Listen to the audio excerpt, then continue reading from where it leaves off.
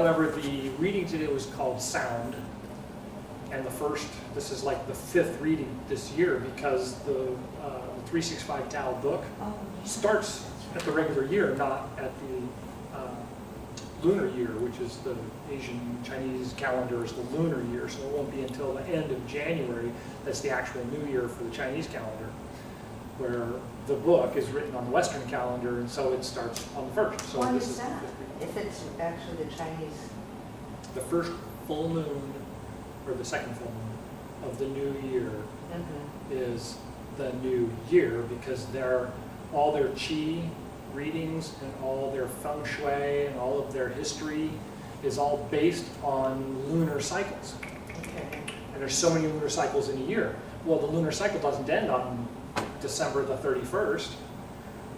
The lunar cycle ends somewhere in January, February. And so sometimes it's the last week in January, sometimes it's the second week in February that moon hits, and that's the last moon for the year, and they start the new moon, right? And so then you start the new Why did calendar. they do the book in such a way that it's so rigid then? Because it's Western.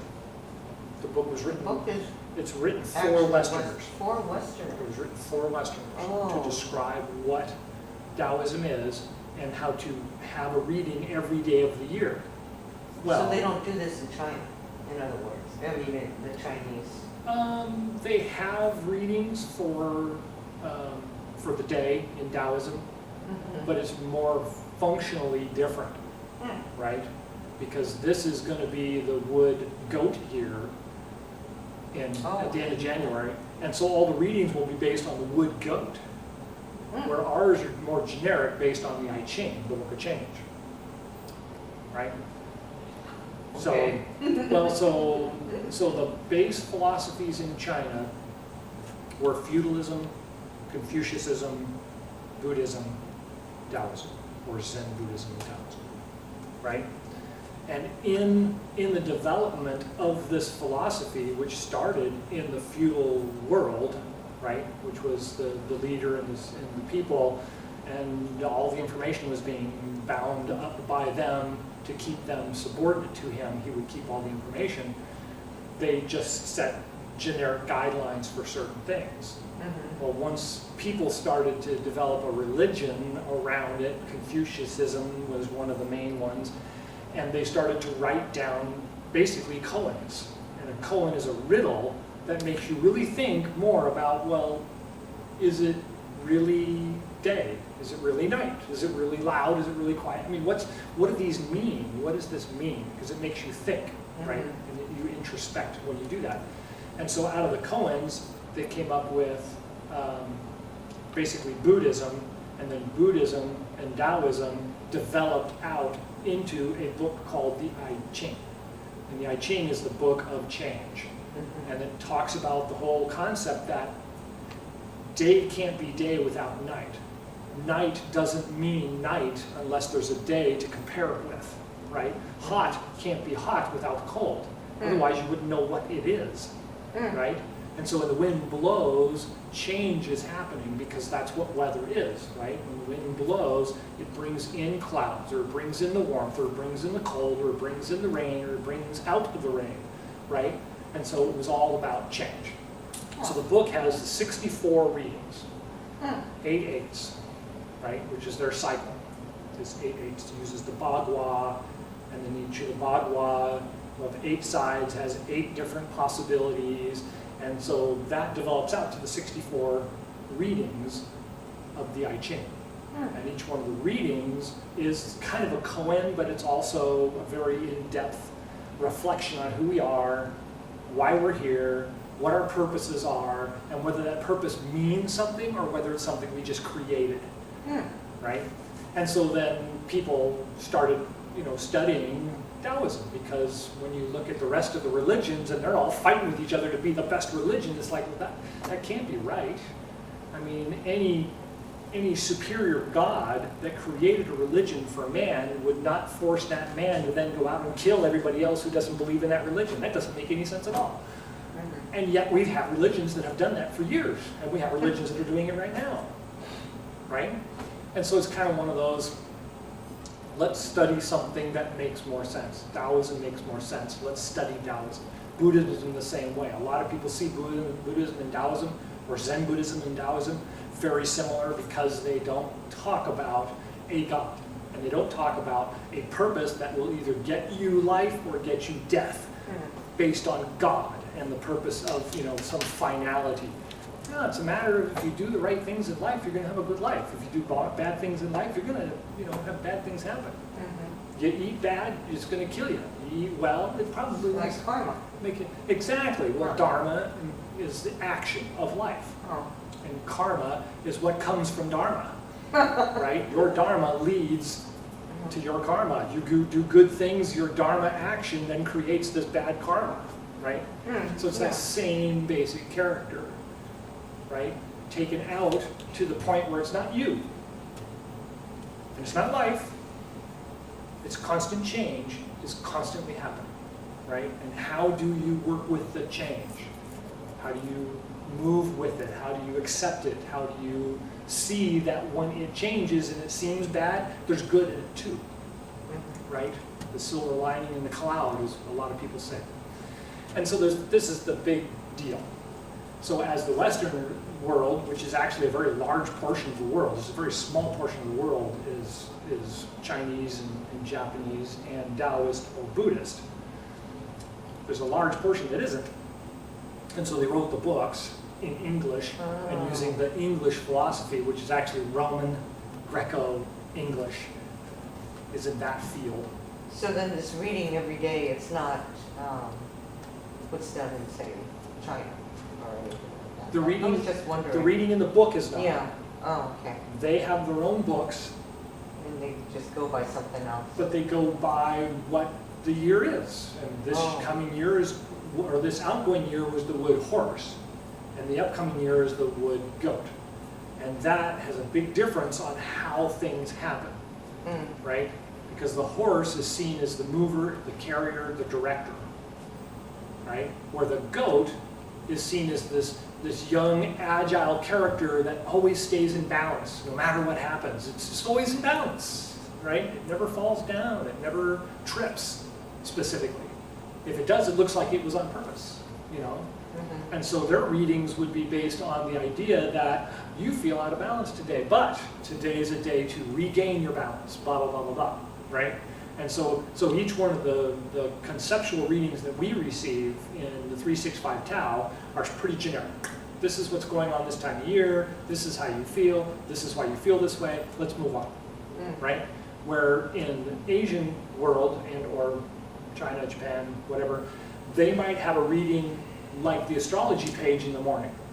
You look at it and it says, you know, this is this time of season and you're probably feeling like this, and it's the wood goat year, so you should treat it like this.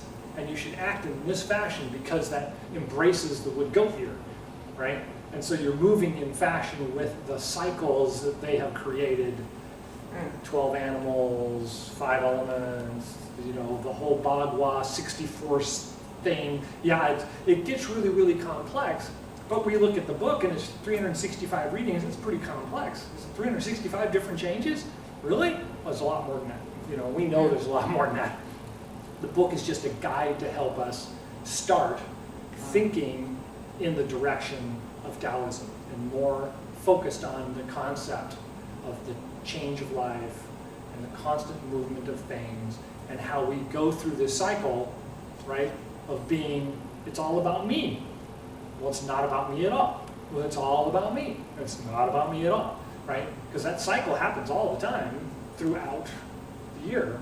And the readings help us to acknowledge the fact that, gosh, you're really feeling like things are going south. But, you know, it's going to be over tomorrow and things are going to start getting better, so don't worry about it, right? And that's kind of that concept. Anyway, so the readings for the last couple of weeks have been narrowing and talking very simply about our core, our concept of being, our reality and the way we want to be in life. And so now we're starting to come back out of it in one step at a time. Today is sound. And sound is not absence of quiet or just sound. It's the balance of having sound and not having sound. Otherwise, you don't understand what sound is, right? So in stillness, we find sound. You know the sound because when you're still and you hear something, you know what that sound is.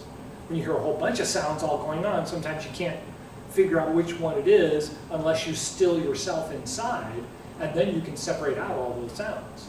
And so it goes through this whole concept, the reading goes through a concept of sound is very important in understanding the basis of change and of Taoism and of the development of your breath and your purpose and your focus and all that kind of stuff. So, of course, the winter time, we're narrowed down to this little tiny candle we're trying to keep from blowing out. And so it's trying to give us some guidance of this is the path for you, right? Get on it now, because as you move down that path, right, you get that nice solid goal at the end instead of being kind of out there somewhere, you don't know where it is. So you gain focus through that. So in the email, what I talked about was the breath. And really the breath is the beginning of all things. And hearing the breath is talked about in sound. When you read the reading, it's talked about the sound of the breath. And we talked about that you make the sound and you just get warm. You make the sound and you feel cool. It doesn't feel cool, but you just kind of get the sensation, right, of it being cool. So the sounds play a big part. And so when we quiet the mind and we breathe, and we can hear the breath inside, not really hear the breath as a noise, but hear the breath inside, open and close, filling and emptying, we start to get that balance core, right? We start to get that centering feeling because everything else becomes superfluous. We kind of knock it all off and just go, oh yeah, it's just the breath. Things try to come into the mind and you can just let them go. Let them come in, let them go out, it's okay. Just relax and let the breath be the main focus. So in that is our posture. And we talk about this on a regular basis, of course, but you kind of straighten the back, you rotate the hips slightly so that you have a kind of a flat spot instead of a curved spot right there. You lift up the head and tuck in the chin slightly, and that straightens out this little piece right here. You relax the arms and pull them out and make a round circle with the arms like this. And during the winter, of course, you can just have them like this so they're pointing towards your body instead of out here pointing to each other. Either one works just fine. This is best in the winter when you're a cool person. This works fine if you just have a naturally strong, warm tendency. You just connect the two together. When we do that, we feel the connection. And that's the key, really, to today's reading and to what I'm trying to talk about today, is when you get the posture together, you get the body balanced, and you start that breathing, you can feel how the body just kind of sinks into the position instead of you having to feel like, I've got to hold this here. Oh, it's so difficult to stand like this. Where you just kind of fall into it, and it's just you're just hanging there in a relaxed position.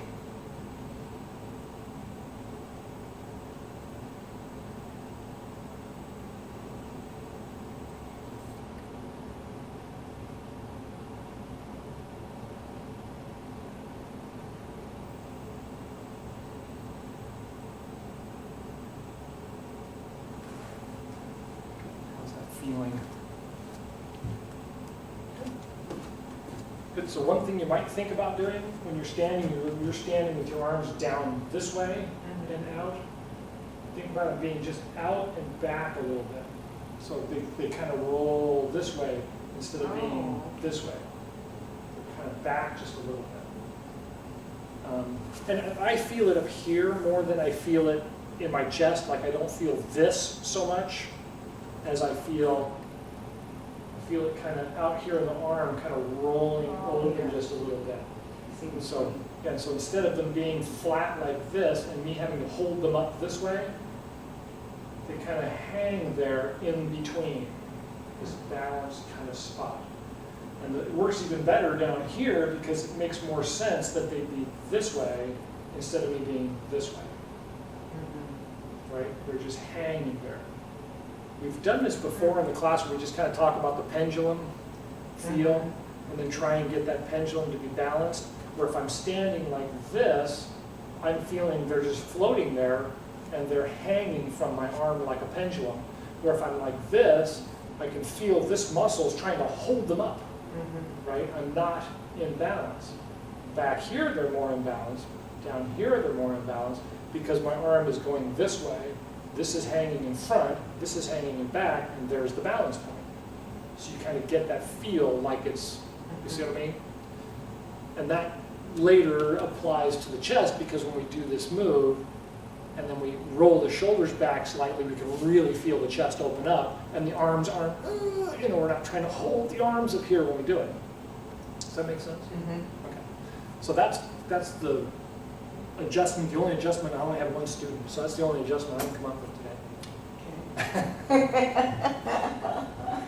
Otherwise, we talk about, like legs and knees and hips and things that different people do, but your posture is pretty good generally.